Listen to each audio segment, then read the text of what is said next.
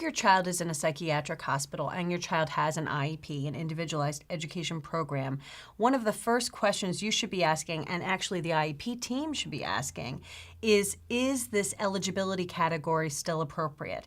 The student may have, your child may have an eligibility category based on an emotional disability. That may already be the category.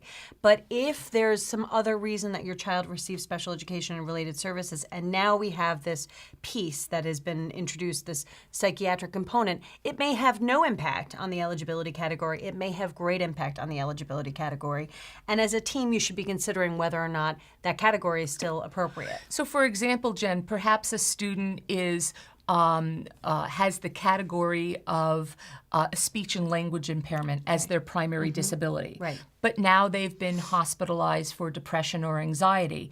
They may now meet the requirements educationally for an emotional disturbance. It doesn't mean that they don't have a speech and language impairment anymore. Right. It now means that perhaps this emotional disturbance is now the primary disability that's going to have an adverse impact on the child's education, which I always like to remind people, education is far more than academics. It's social skills, it's behavioral, it's emotional well-being, it's communication, etc. So education is not just academics. So this new diagnosis that you may have gotten in the hospital as a result of your hospitalization may bring on a whole new set of circumstances that adversely impact the education. It might.